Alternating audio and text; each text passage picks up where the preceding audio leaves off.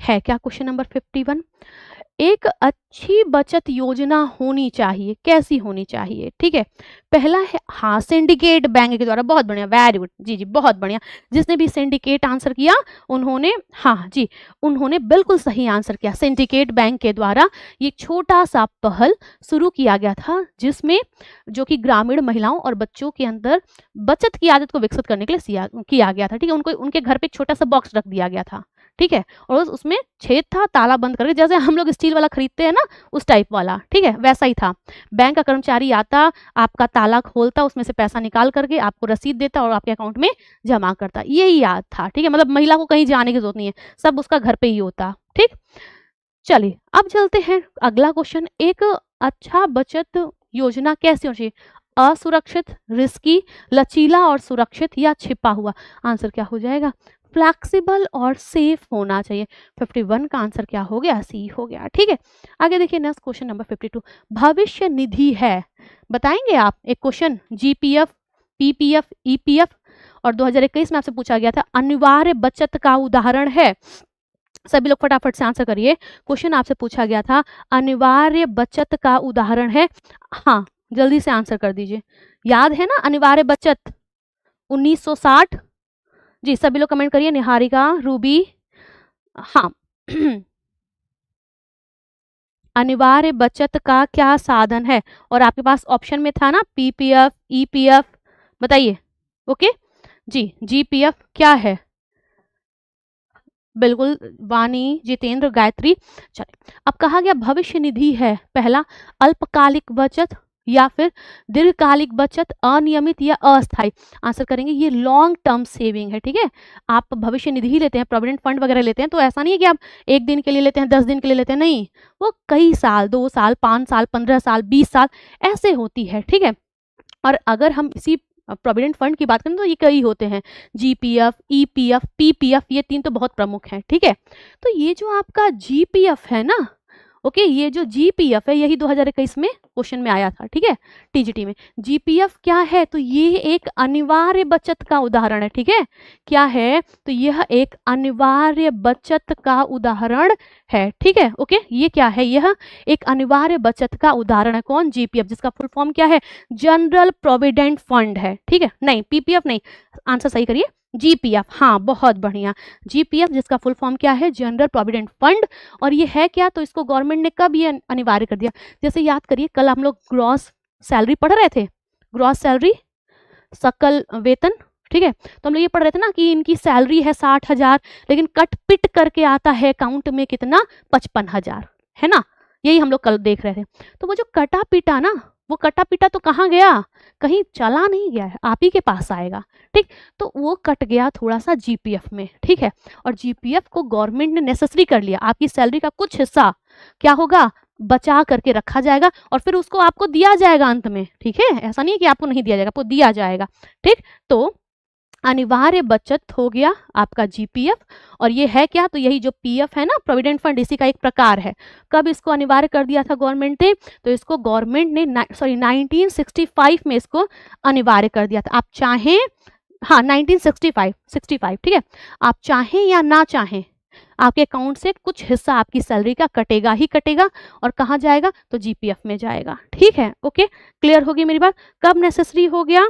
जी, आपका नेसेसरी कब ये आपका अनिवार्य हो गया? 1965। और पूछा गया था अनिवार्य बचत का उदाहरण क्या है? आंसर जीपीएफ था। ठीक है, ओके, आगे चलते हैं। नेक्स्ट क्वेश्चन कहा जा रहा है क्वेश्चन नंबर 53, डाकघर बचत किसका उदाहरण है? और एक क्वेश्चन तो इसका और बहुत पूछा जाता है, डाकघर के द्वारा क्या दिया जाता है? आप आंसर करते हैं एनएससी, नेशनल सेविंग सर्टिफिकेट। ठीक है, राष्ट्रीय बचत पत्र जिसको कहा जाता है। ठीक है, ओके, जिसको क्या कहा जाता है? जिसको राष्ट्रीय बचत पत्र कहा जाता है, जो 10 के गुणांक में आता है। ठीक है, ओके, तो ये जो आपका एनएससी है ये कौन देता है, यही पोस्ट ऑफिस से आप एनएससी खरीदते हैं, ठीक। तो कहा गया कि डाकघर बचत किसका उदाहरण, क्या ये पारिवारिक व्यय है, व्यावसायिक व्यय है, या ये एक बचत का साधन है, या ये एक शॉर्ट टाइम का डिपेट है, यानी कि एक अल्पकालिक ऋण। आप बताएंगे ये एक बचत का साधन है, ठीक है। ये क्या है, ये एक बचत का साधन होता है, ठीक है। बताइए, अच्छा अगर मैं आपसे ये पूछूं कि बचत का सबसे बड़ा साधन कौन सा है, जल्दी से आंसर करिए। अगर हम बचत के साधनों की बात करें, आपसे ये पूछें कि बचत का जो सबसे बड़ा साधन है वो कौन सा है, आप आंसर क्या करेंगे। आप ध्यान से मेरी बात सुनिएगा, बचत का सबसे बड़ा साधन है बैंक। और बैंक किस भाषा का शब्द है, बैंक एक इटालियन भाषा का शब्द है, और वो शब्द कौन सा है, बैंको है, ठीक है। वो शब्द कौन सा है, बैंको है। ये एक इटालियन भाषा का शब्द है जिसका मतलब होता है बेंचेस पर बैठ करके, जो आपके, अब तो चेयर आ गई, उस चेयर को ही बेंच कहा, जिस पे हम बैठते हैं उसको बेंच कहते हैं, ठीक है। तो बेंचेस पर बैठ करके क्या करना, मुद्रा का आदान प्रदान करना, ठीक है। ओके, बेंचेस पर बैठ करके मुद्रा को बदलना, आदान प्रदान करना, यही बैंकों का मतलब होता है। अच्छा, इस अगर हम बैंकों की बात करें ना, तो एक क्वेश्चन और बहुत पॉपुलर है, पूछिए क्या, ऐसा कौन सा अकाउंट है जिस पर ब्याज नहीं मिलता। हम लोग तुरंत आंसर करते हैं कि आपका एक अकाउंट है जिसको क्या कहा जाता है, करेंट अकाउंट कहा जाता है, हिंदी में जिसे चालू खाता कहते हैं। चालू खाता में आप चाहे जितनी बार पैसा डालिए, चाहे जितनी बार पैसा निकालिए, लेकिन इस पर इसकी कमी क्या है, तो यह ब्याज नहीं देगा, आपको एक रुपया भी इंटरेस्ट नहीं मिलेगा, चाहे जितना पैसा आपके अकाउंट में हो। अच्छा, ये किसके लिए है, क्या ये हमारे आप लिए, नहीं, ये बिजनेसमैन अर्थात जो व्यावसायिक लोग हैं, ठीक है, जो बिजनेसमैन हैं उनके लिए होता है। इसीलिए कई बार करेंट अकाउंट को बिजनेस अकाउंट भी कहा जाता है, ठीक है। इसी की कमी है कि आपको ब्याज नहीं मिलेगा, लेकिन हाँ कुछ फैसिलिटीज भी हैं। आपका लिमिट नहीं है, आप चाहे जितना बार, चाहे जितना अमाउंट चाहे ट्रांजैक्शन कर सकते हैं, ठीक है। जबकि अगर हम थोड़ा सा और डिस्कस करें ना, और बैंक आपको चेक देता है, और अगर हम आपसे ये पूछें सबसे खतरनाक चेक कौन सा होता है, आप आंसर क्या करते हैं, सबसे खतरनाक चेक होता है वाहक चेक, जिसको हम लोग बैरियर चेक कहते हैं। और अगर ये पूछा जाए सबसे सुरक्षित चेक कौन सा होता है, आप आंसर करेंगे क्रॉस चेक, ठीक है। ओके, ऐसे दो, ऐसे क्रॉस बना होता है, ठीक है, दो, ठीक। तो ऐसा ये जो चेक है जिसको हिंदी में विभाजित चेक कहते हैं, ये सबसे ज्यादा सुरक्षित चेक होता है, ठीक है। और मान लीजिए अगर ये पूछ लिया गया कि ऐसा कौन सा चेक है जो सर्वाधिक सुरक्षित तो नहीं है, लेकिन हाँ ऐसा चेक है जिस चेक का भुगतान के लिए जो जिम्मेदारी है वह बैंक के कर्मचारियों के ऊपर ज्यादा आ जाती है, वो हस्ताक्षर इत्यादि का मिलान करके ही भुगतान करते हैं, आप बताएंगे आदेशक चेक। और आदेशक चेक को हम क्या कहते हैं, ऑर्डर चेक के नाम से जानते हैं, ठीक है। तो एक तो बैंक हो गया, ठीक। दूसरा, बैंक के अलावा आपके पास और कौन है बचत के साधन में, आपका पोस्ट ऑफिस है, ठीक। पोस्ट ऑफिस के साथ, अच्छा एक क्वेश्चन और पूछा जाता है, ऐसा कौन सा खाता है जो बैंक में तो खोला जा सकता है लेकिन पोस्ट ऑफिस में नहीं खोला जा सकता, आपका आंसर होगा करेंट अकाउंट। करेंट अकाउंट मात्र बैंक में खुलेगा, ठीक है, वो आप पोस्ट ऑफिस में नहीं खोल सकते हैं। जबकि बचत खाता, एफडी, आरडी, ये सब आप बैंक में भी कर सकते हैं और आप पोस्ट ऑफिस में भी कर सकते हैं, लेकिन जो चालू खाता है यह आप पोस्ट ऑफिस में नहीं खोल सकते हैं, क्योंकि बिजनेस है भाई, तो अमाउंट बड़ा बड़ा होगा। और पोस्ट ऑफिस छोटे अमाउंट के लिए बना हुआ था, ठीक है, किसके लिए बना था, छोटे अमाउंट के लिए बना हुआ था। तो एक तो आपका बैंक हो गया, बैंक, पोस्ट ऑफिस, इसके अलावा आपका भविष्य निधि यानी पीएफ, बॉन्ड, ऋण पत्र, शेयर मार है ना, शेयर, फिर आपका इसी के तरीके से और क्या हो सकता है, और आपका होता है किसान विकास पत्र, आपके बॉन्ड हो सकते हैं, आपका यूनिट हो सकता है, लॉटरी चिट व्यवस्था हो सकती है, ये सब क्या है, बचत के साधन है। अच्छा, एक क्वेश्चन और याद आ रहा है, आपसे पूछा गया है बचत को लेकर के कि बचत के 3 तत्व कौन, या बचत के निर्धारक तत्व कौन से हैं। जैसे हम लोग 3 की बात खूब करते हैं ना, किचन का ट्रायंगल तो सिंक है, फिर आपका कुकिंग रेंज है और फ्रिज है। कार्य सरलीकरण के 3 तत्व तो कार्य, कार्यकर्ता, कार्य क्षेत्र। पुष्प व्यवस्था के 3 तो हम लोग आंसर करते हैं सिंसो, हाइकी, है ना। गृह प्रबंधन के उत्प्रेरक तत्व तो भी आंसर करते हैं आपका वैल्यू, गोल, स्टैंडर्ड। वैसे ही ये जो आपका बचत है ना, ओके, ये जो बचत है, बचत को निर्धारित करने वाले 3 तत्व हैं। कौन-कौन से हैं? और ये पीवाईक्यू है, ध्यान रखिएगा। ये जो आपसे मैंने अभी-अभी जो चीज़ें बताई वो भी सब पीवाईक्यू में है, ठीक? तो बचत की बात करें तो बचत के निर्धारक 3 तत्व हैं। सबसे पहले तो जो गृहिणी है ना, उसको बचत की इच्छा होनी चाहिए, ठीक है? ओके? बचत की इच्छा होनी चाहिए। दूसरा, उसके पास बचत की क्षमता भी होनी चाहिए, मतलब उसकी कैपेसिटी में है कि वो बचा पाए। ऐसा तो नहीं होगा ना कि वर्तमान आवश्यकताएं काट-काट के प्राथमिक आवश्यकताओं को ना पूरा करें और हम भविष्य के लिए रखें। तो उसकी क्षमता है कि नहीं, और प्लस बचत की सुविधा है या नहीं, बैंक, पोस्ट ऑफिस ये सब उस तक पहुँच रहा है या नहीं। तो सबसे पहले तो गृहिणी की इच्छा होनी चाहिए, और यही 3 तत्व हैं बचत के निर्धारक तत्व में। पहला, बचत की इच्छा। मान लीजिए मैं ऐसी गृहिणी हूँ कि मुझे लगता है कि यार भविष्य तो किसी ने देखा ही नहीं है, तो जो आज है बस हमें वही देखना है। आज बढ़िया-बढ़िया खा लें, बढ़िया-बढ़िया पहन लें, घूम लें, है ना? ये तो मेरी तो इच्छा ही नहीं बचाने-वचाने की। हम आज में खुश हैं, तो हम अब है ही नहीं। तो पैसा बचे, क्षमता हो, सुविधा कोई फ़र्क ही नहीं। तो पहला तो गृहिणी की इच्छा होनी चाहिए बचत करने की। दूसरा, उसकी क्षमता हो, ठीक है? तीसरा, उसको बचत की सुविधा मिले, बैंक, पोस्ट ऑफिस ये सब तक उसकी पहुँच हो। ये 3 बचत के क्या हैं? निर्धारक तत्व हैं, ठीक है? अच्छा, एक चीज़ बताइए, बचत की इतनी बात हो रही है ना, बीपीएससी में ही, सॉरी बिहार सेट में ही, जो आपका लास्ट वाला बिहार का एग्ज़ाम हुआ था, कब हुआ था? हुआ था शायद जुलाई में, 23 जुलाई को था, जो इस लास्ट हुआ था 2023 में हुआ था ना? 2023 वाला, 2023 में बिहार के सेट में जो आपका 9 तारीख है वही वाला एग्ज़ाम था, उसमें पूछा गया था आपसे बचत दिवस, ठीक है? तो 2 डेट आती है, सुन लीजिए ध्यान से, 2 डेट आती है, एक आती है 30 अक्टूबर, ठीक है? ओके, और एक आती है 31 अक्टूबर, ठीक है? पूरे दुनिया में, ठीक है? पूरे विश्व में जो आपका बचत दिवस है, ठीक है? न जो आपका बचत दिवस है वो मनाया जाता है 31 अक्टूबर को, बट हमारे यहाँ नहीं, हमारे यहाँ मतलब इंडिया में नहीं मनाया जाता है। इंडिया में कब मनाया जाता है?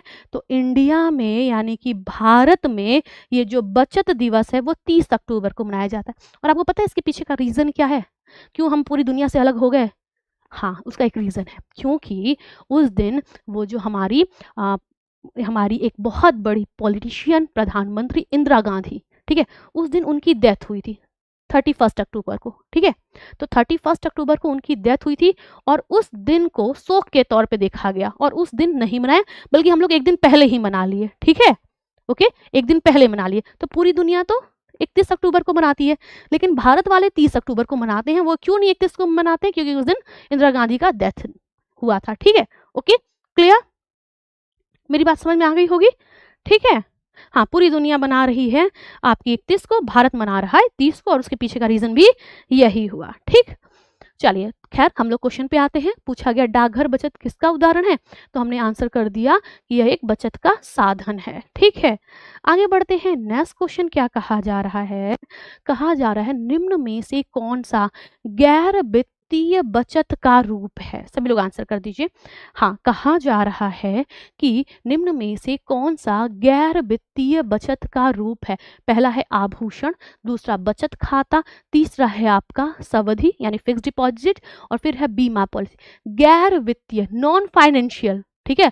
फॉर्म है तो वो भी सेविंग ही, लेकिन फाइनेंशियल नहीं है। तो ये सब फाइनेंशियल हैं, लेकिन ज्वेलरी फाइनेंशियल नहीं है। 54 का आंसर क्या हो जाएगा? ए हो जाएगा, ठीक है? ओके, आंसर क्या हो जाएगा? ए हो जाएगा। आगे देखते हैं, क्वेश्चन नंबर 55। कहा जा रहा है सेविंग मीन्स बचत का अर्थ है, और अर्नेस्ट एंजल की हम बात कर रहे थे ना, उनकी कमी यही थी कि उन्होंने कहीं पर भी बचत का जिक्र नहीं किया था, ठीक? अब बचत का अर्थ क्या है? सारी आय को खर्च कर देना, जितनी भी इनकम आ रही है सारी की सारी खर्च कर दीजिए। आय का वह भाग जो खर्च ना हो, ऋण लेना या संपत्ति में निवेश कर देना। आप बताइए, संपत्ति में निवेश करना इट इज अनदर, ये तो इन्वेस्टमेंट है ना? बचत वो है जो हमने क्या किया, जो हमने आय हमारा है उसमें से जो हमने पारिवारिक आवश्यकताओं को पूरा करने के लिए जो व्यय कर दिया, ठीक है? ओके, उसके बाद जो बचा है, जो खर्च नहीं हुआ है, उसे हम क्या कहते हैं? बचत कहते हैं। आंसर हमारा बी हो गया। आगे देखिए, एंजल का नियम इस विचार का समर्थन करता है कि, बताइए, एंजल का नियम इस विचार का समर्थन करता है कि Engel's law supports the idea that गरीब परिवार भोजन पर अधिक खर्च करते हैं, अमीर परिवार भोजन पर अधिक खर्च करते हैं, सभी परिवार समान अनुपात में भोजन पर खर्च करते हैं, या भोजन व्यय आय से स्वतंत्र है। बताइए इसमें से कौन सा विचार का सपोर्ट कर रहे हैं एंजल? आपको आंसर करना है। क्वेश्चन नंबर 56 है, आंसर करिए। आप आंसर करेंगे, आप आंसर करेंगे कि गरीब परिवार भोजन पर खर्च अधिक करता है। 60% अपनी टोटल इनकम का खर्च कर दे रहा है जो गरीब है, ठीक है। भोजन ये जो अमीर परिवार है वो अधिक खर्च करता नहीं, वो अपनी टोटल इनकम का सिर्फ 50% कम कर रहा है। सभी परिवार समान उत्पाद से भोजन पर खर्च करते हैं? नहीं, बिल्कुल नहीं। भोजन व्यय आय से स्वतंत्र है? नहीं। एक ही हमारा सही है, वो क्या है? ए वाला है, ठीक है। आगे देखिए 57। एंजल का नियम दर्शाता है कि जीवन स्तर आय के साथ समान रहता है, मतलब लिविंग स्टैंडर्ड, ठीक है। फिर है आय बढ़ने पर सुधरता है, आय बढ़ने पर घटता है, या आय से स्वतंत्र है। देखिए आपने देखा होगा बहुत जगह दिखाता है, जब पैसा था तो ये व्यक्ति ऐसा दिख रहा था, जब पैसा नहीं था तो ये व्यक्ति ऐसा दिख रहा था, ठीक। तो आपका एंजल का नियम ये दर्शाता है कि आय बढ़ने पर जीवन स्तर क्या होता है? सुधरता जाता है। 57 का आंसर क्या हो गया? बी हो गया, ठीक। आगे चलिए 58। जब आय बढ़ती है तो शिक्षा और मनोरंजन पर व्यय का अनुपात क्या हो जाता है? बढ़ जाता है ना। हम लोगों ने पढ़ा है ना कि जब क्या होगा, जब हमारा आय बढ़ेगा तो शिक्षा और मनोरंजन पर होने वाले व्यय का अनुपात क्या हो जाएगा? बढ़ेगा। ऑप्शन क्या है? घटता है, शून्य हो जाता है, स्थिर रहता है, या बढ़ता है? तो वो इंक्रीज होता है, ठीक। आंसर आपके पास क्या आ गया? आपके पास आंसर आ गया, ठीक है। हम आंसर आपके पास क्या आ गया? आपका डी आ गया, ठीक है। आगे बढ़ते हैं। नेक्स्ट क्वेश्चन है 59। क्या कहा गया? कहा जा रहा है एंजल का नियम किस परिवर्तन को समझने में मदद करता है? बताइए कि Engel's law help to understanding the change in, और जैसे ही चेंज का नाम आता है ना तुरंत कौन आ जाता है? क्लासेस चेंज का ध्यान दिमाग में आ जाता है। क्लासेस ऑफ चेंज किसका? मार्विन मंडल का। मार्विन मंडल कौन? तो वही व्यक्ति जिनके दिमाग में सबसे पहले क्या हुआ था? जिनके दिमाग में सबसे पहले कार्य सरलीकरण का विचार आया था। कहाँ दिया था इन्होंने परिवर्तन का नियम? इन्होंने दिया था पर्ड्यू यूनिवर्सिटी में 1940 में, ठीक है। किस रूप में दिया था? तो शोध पत्र के रूप में इन्होंने, रिसर्च पेपर के तौर पर इन्होंने ये चेंज बताया था, ठीक है। अब कहा गया कि एंजल का नियम किस परिवर्तन को समझने में मदद करता है? तो आय के अनुसार उपभोग के पैटर्न को समझने में मदद करता है, ठीक है। ओके, आगे बढ़ते हैं। Question number 60। एंजल के अनुसार जब आय बढ़ती है तो भोजन पर व्यय का अनुपात क्या होता है? बताइए। ये सभी लोग आंसर कर दीजिए। कहा जा रहा है कि एंजल के अनुसार जब आय बढ़ती है तो भोजन पर व्यय का अनुपात क्या हो जाता है? घटता है, बढ़ता है कि घटता है, अपरिवर्तित रहता है, या दो गुना हो जाता है? आय बढ़ेगी, भोजन का व्यय घटेगा। आय बढ़ेगी, स्वास्थ्य शिक्षा मनोरंजन का व्यय बढ़ेगा। यही है, यही इनका है ही। आंसर क्या हो जाएगा? भोजन पर व्यय का अनुपात क्या हो जाएगा? घट जाएगा, ठीक है। आंसर आपका बी हो गया। आगे बढ़िए। Next question, question number 61। क्या कहा जा रहा है? एंजल का सिद्धांत मुख्य रूप से उपयोग किया जाता है। कहाँ पर उपयोग किया जाता है? सभी लोग आंसर कर दीजिए। कहा जा रहा है कि एंजल का सिद्धांत मुख्य रूप से उपयोग किया जाता है। कहाँ किया जाता है? पारिवारिक संसाधन प्रबंधन में, टेक्सटाइल डिजाइनिंग में, कुकिंग मेथड में, चाइल्ड डेवलपमेंट में। आंसर क्या हो जाएगा? पारिवारिक संसाधन प्रबंधन में। 61 का आंसर क्या हो गया? ए हो गया, ठीक है। Okay, clear. आगे बढ़ते हैं। नेक्स्ट 62। जब आय कम होती है तो आय का अधिकांश भाग किस पर खर्च होता है? बताइए। आय कम है, निम्न आय वाला है, तो आय का जो सबसे बड़ा पोर्शन है वो किधर व्यय होता है? क्या वो शिक्षा पर, विलासिता पर, मनोरंजन पर, या भोजन पर? निम्न आय वाले अपने टोटल इनकम का 60% कहाँ खर्च कर देते हैं? भोजन पर खर्च करते हैं, ठीक है। आंसर क्या हो जाएगा? भोजन हो जाएगा, ठीक है। जब आय कम होती है तो आय का अधिकांश भाग, अधिकांश का मतलब 60%, ठीक है। यही रेशियो है इनका, इस नियम का। किस पर खर्च होता है? भोजन पर खर्च होता है। आंसर आपका डी हो जाएगा। ठीक है, आगे चलिए 63। एंजल का अध्ययन किनके पारिवारिक बजट पर आधारित था? आप ये बताइए, हम लोगों ने पढ़ा था ना कि जो हमारे एंजल हैं, अर्नेस्ट एंजल, जिसकी फोटो मैंने आपको दिखाई थी कि देखिए भाई यही है अर्नेस्ट एंजल। ठीक है, ओके, इन्होंने यही बताया था जब इनकम हाई है, देखिए इनकम हाई है ना, तो भोजन पर खर्च ये था, कम था। ठीक है, फिर जब यहाँ पर क्या हुआ, जब इनकम ज़्यादा हो गई तो भोजन पर व्यय देख रहे हैं एकदम कम हो गया। ठीक है, ओके, तो ये इनकम है, एक्सपेंचर दिखाया गया। जब आय आपकी ज़्यादा थी तो भोजन पर होने वाला व्यय कम था। जब आपका इनकम क्या हो गया, कम थी, तो भोजन पर होने वाला व्यय ज़्यादा था। ठीक है, ओके, और ये आपके अर्नेस्ट एंजल हैं जिसको हम लोगों ने देखा था। और ये हैं कहाँ के, ये जर्मन के हैं। ठीक है, और इन्होंने इन्होंने जो अपना दिया था वो जर्मन लोगों पर ही दिया था, वहीं पर इनका रिसर्च हुआ था। ठीक है, ओके, इन्होंने जर्मन लोगों पर ही रिसर्च किया था। तो क्वेश्चन पूछा गया एंजल का अध्ययन किनके पारिवारिक बजट पर आधारित था? अमेरिकी परिवारों पर, जर्मन परिवारों पर, भारतीय परिवारों पर या ब्रिटिश? तो ये जर्मन के थे ना, इसीलिए जर्मन परिवारों पर इनका ये जो अध्ययन था वो डिपेंड था। ठीक है, ओके, क्लियर होगी बात। चलिए, आपका 63 का आंसर हो गया हमारा बी। ठीक है, आगे बढ़ते हैं, आज के सेशन का आखिरी क्वेश्चन। ठीक है, ओके, अमीर लोग कम खाते क्या? नहीं, 60%, 50%। अरे तो जो गरीब है उसका 60% भी तो कम होगा, और जो अमीर है, अब जैसे आपका 50 लाख रुपए का 50% मतलब 25 लाख हो गया, है ना? जो अमाउंट भी तो देखिए, जिसकी इनकम ज्यादा है उसका 50%, कम पैसे का 50%, इसको भी समझिए। चलिए, कहा गया कि आज के सेशन का आखिरी क्वेश्चन, एंजल के अनुसार आय बढ़ने पर भोजन पर व्यय का अनुपात घटता है, शिक्षा पर व्यय घटता है, आवास पर व्यय घटता है, या सभी अनुपात समान रहते हैं? आंसर क्या हो गया? ठीक है, हाँ, यस, आप आंसर क्या करेंगे? आंसर करेंगे एंजल के अनुसार आय बढ़ने पर आय बढ़ने पर क्या होगा, भोजन पर व्यय का अनुपात क्या हो जाता है, घट जाता है। 64 का आंसर ए हो गया। ठीक, ओके, मेरी बात क्लियर होगी। चलिए, ये था आपका आज का सेशन। उम्मीद है आपने इसे अच्छे से क्या किया होगा,